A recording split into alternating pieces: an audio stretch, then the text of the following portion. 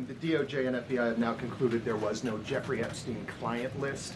What do you tell MAGA supporters who say they want anyone involved in Jeffrey Epstein's alleged crimes to be held accountable? This administration wants anyone who has ever committed a crime to be held accountable, and I would argue this administration has done more to lock up bad guys than certainly the previous administration.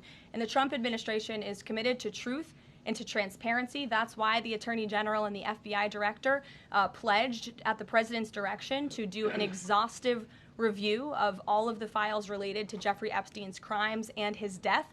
And they put out a memo in conclusion of that review. There was material they did not release because, frankly, it was incredibly graphic and it contained child pornography, which is not something that's appropriate for public consumption. But they committed to an exhaustive investigation. That's what they did, and they provided the results of that. That's transparency. Follow up on that, Sure. Caroline.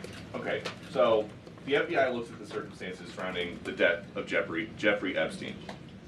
According to the report, this systematic review revealed no incriminating client list. So what happened to the Epstein client list that the Attorney General said she had on her desk? Well, I think if you go back and look at what the Attorney General said in that interview, which was on your network on Fox News. Got the quote. Go ahead. John Roberts said, DOJ may be releasing the list of Jeffrey Epstein's clients. Will that really happen? And she said, it's sitting on my desk right now to review.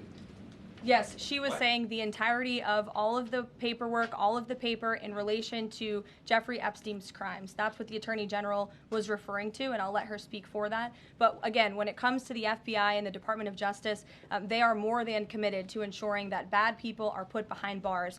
They have an operation going on right now called Summer Heat, which has our murder rate trending in the lowest direction in United States history. Their emphasis on violent crime and locking up violent criminals has led to the arrest of 14,000 violent criminals. That's a 62% increase from the same time period last year. So this Attorney General and the FBI Director are committed to putting bad people behind bars where they belong.